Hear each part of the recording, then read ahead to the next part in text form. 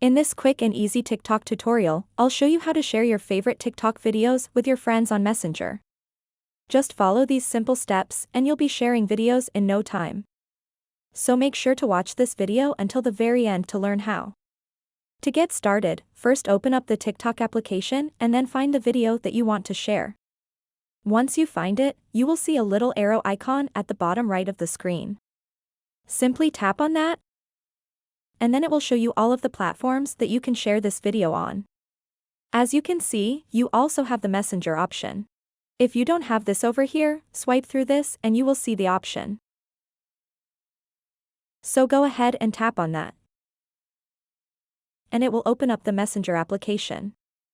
So now all you have to do is tap on search and type in the person that you want to send this video to. And then tap on send.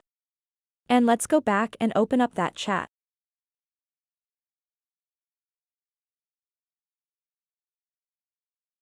As you can see, that TikTok video was shared with the person that I selected. So that wraps up this tutorial.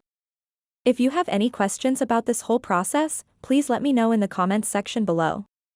And if this video helped you out, please give it a big thumbs up and subscribe to this channel for more tutorial videos like this one. Thank you so much for watching and have a good day.